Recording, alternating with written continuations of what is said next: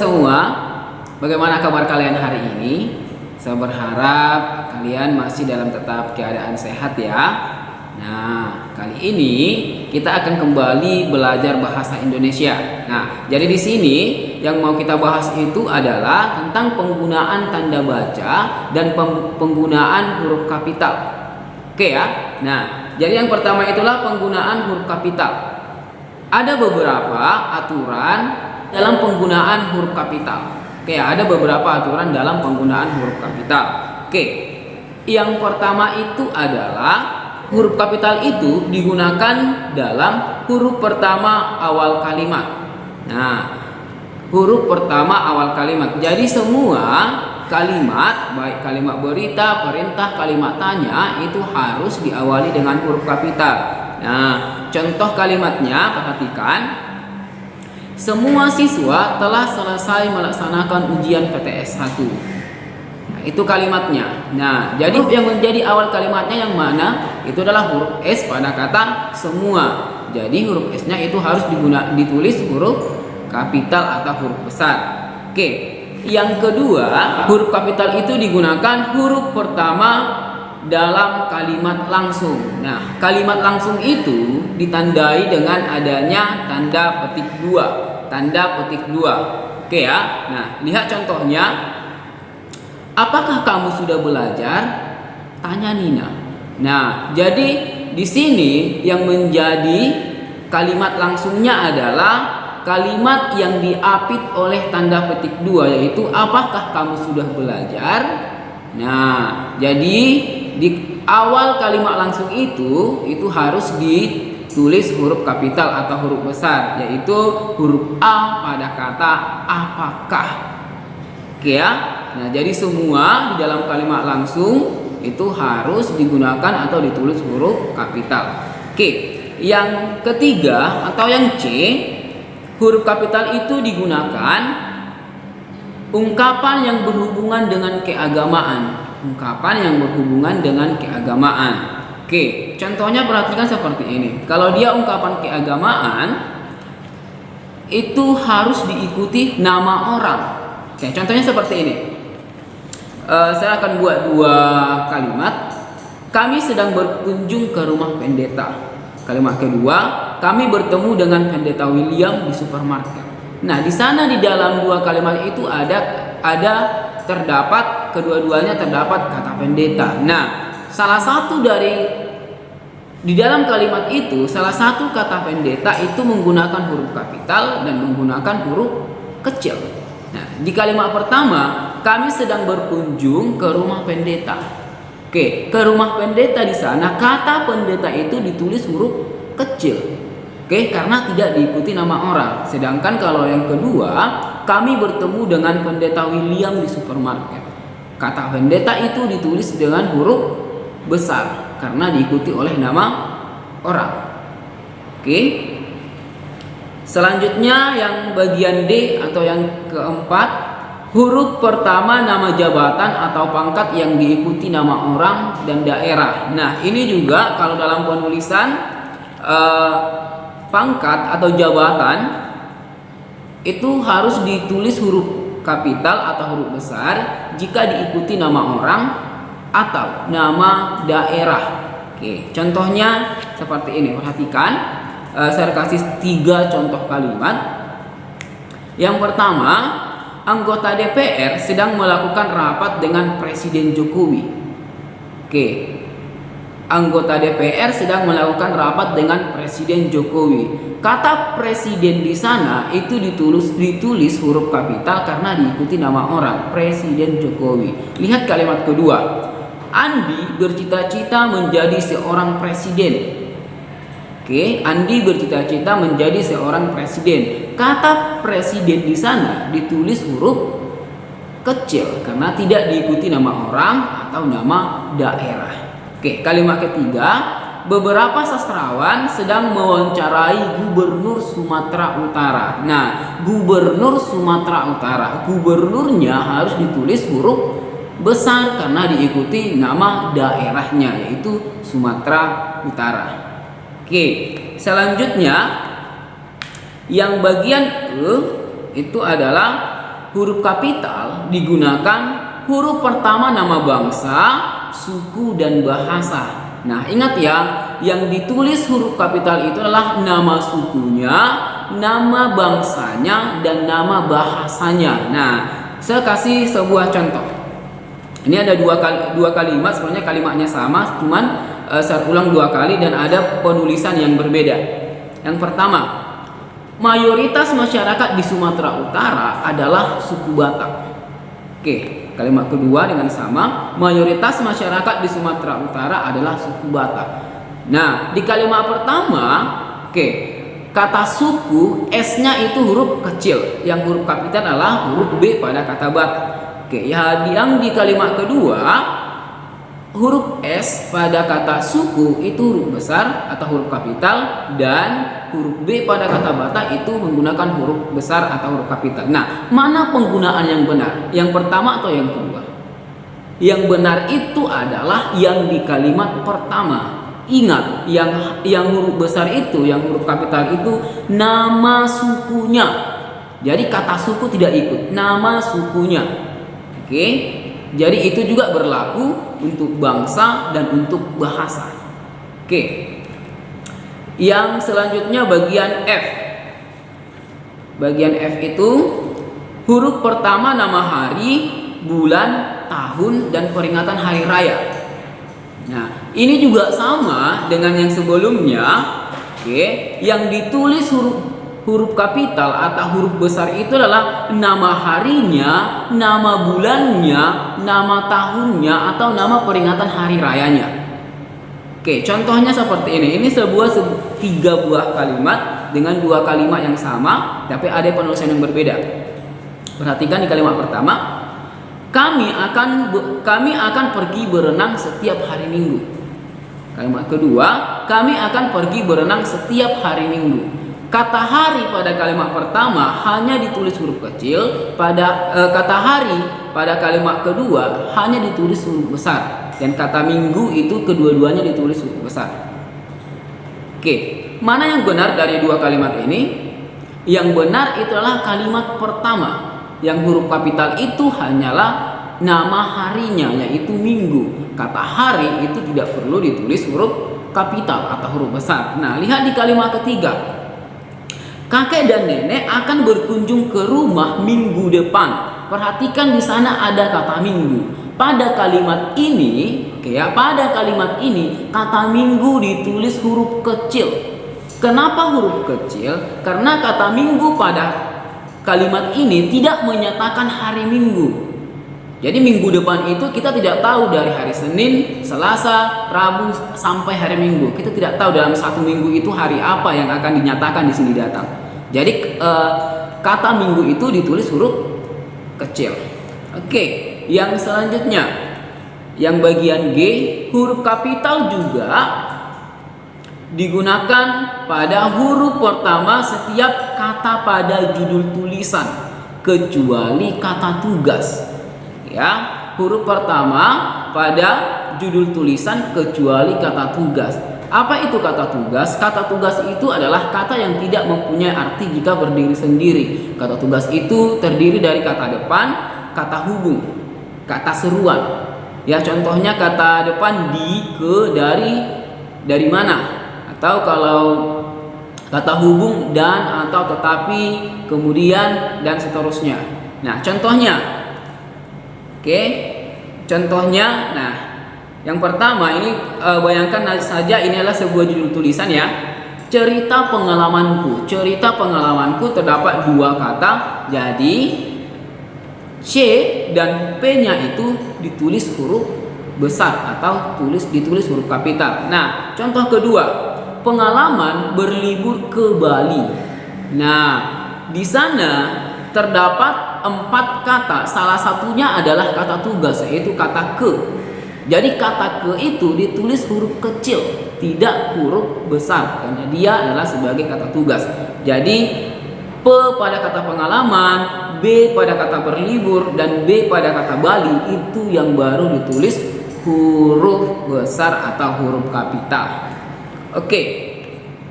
Yang selanjutnya yang bagian H itu adalah penulisan singkatan gelar akademik. Ya, penulisan singkatan gelar akademik. Contohnya sarjana akuntansi, SA. SA-nya ditulis huruf besar. Kalau singkatannya S titik AK titik, itu singkatannya. Atau yang kedua, sarjana hukum. Ini contoh ya, sarjana hukum. S pada kata sarjana huruf besar, H pada kata hukum itu juga digunakan huruf besar. Oke. Yang terakhir yaitu adalah huruf kapital juga digunakan pada penulisan kata sapaan.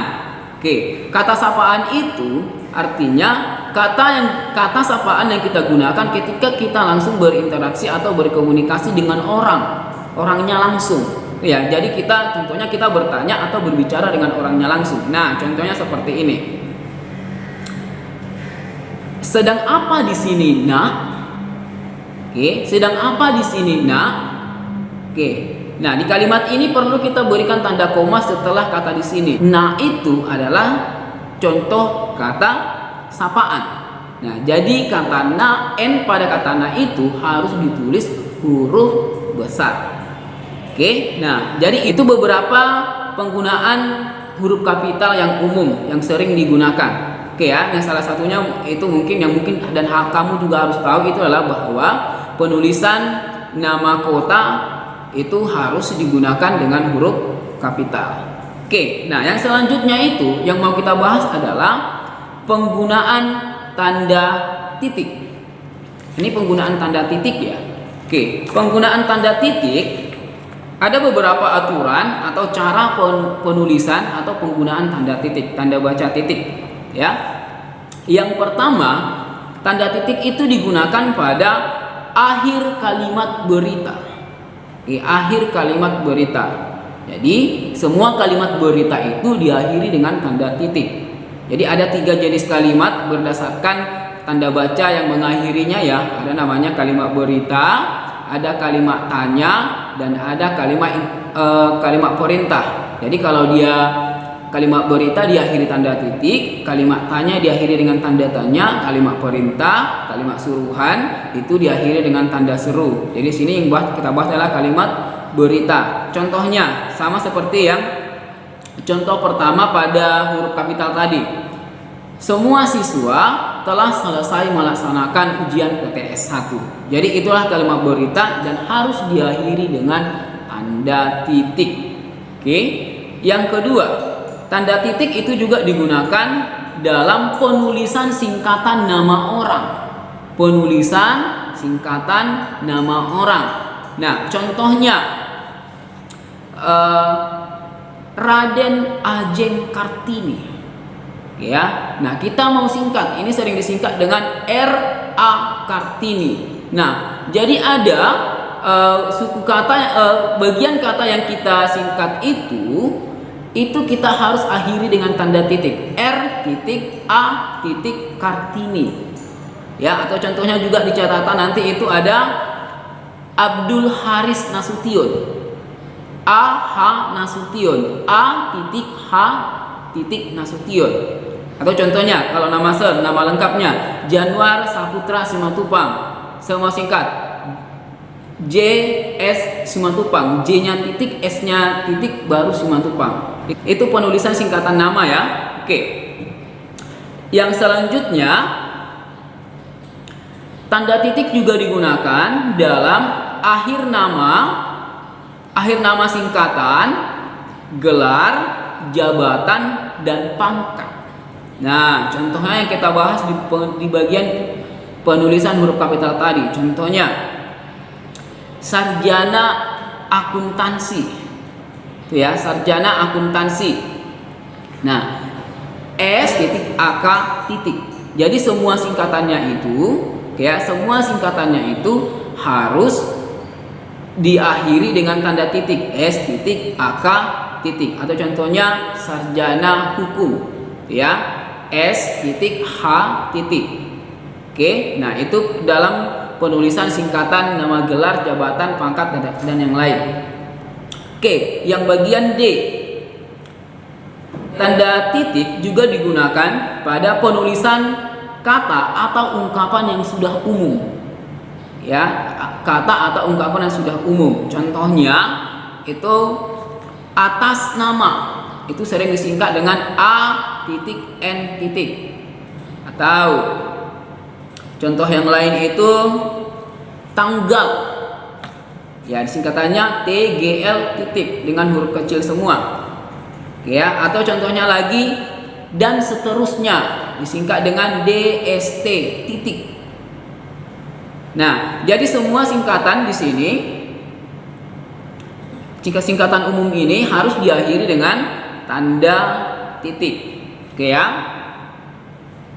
Yang selanjutnya bagian yang yaitu adalah tanda titik juga digunakan pada penulisan angka jam, menit, dan detik dalam angka. Jadi kalau kamu mau menulis jam, menit, detik dalam angka, itu harus kita dipisahkan dengan tanda titik. Contohnya sekarang, ya contohnya sekarang pukul 10:35 20 detik. Jadi kita tulis pukul 10:35:20.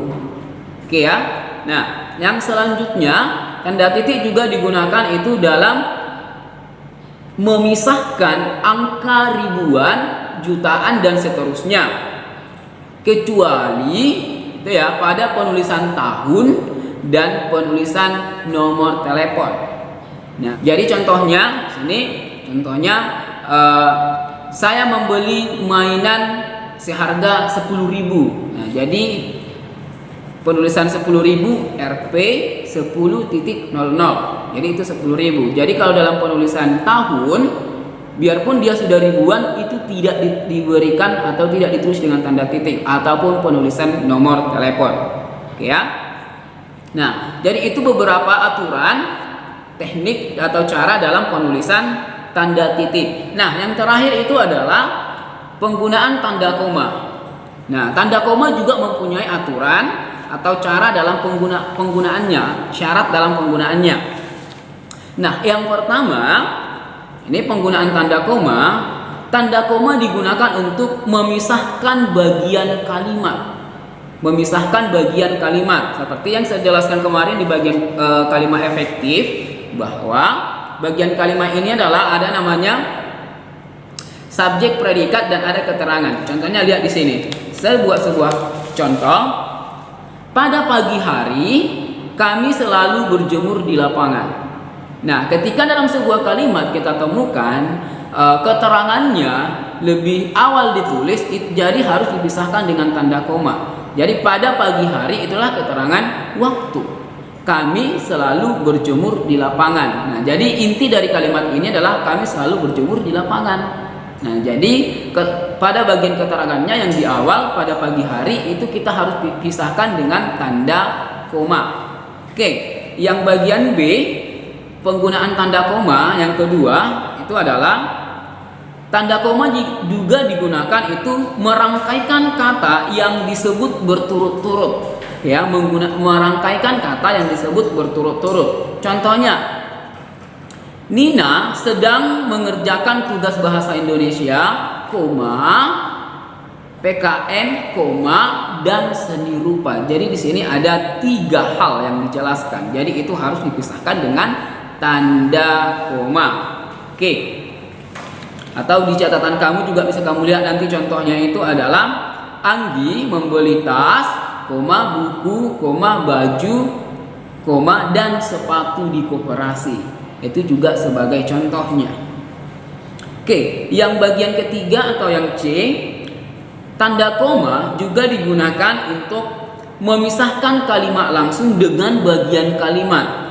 Ya, kalimat langsung dengan bagian kalimat. Bagian kalimat ini biasanya adalah kalimat pengantarnya. Contohnya seperti ini.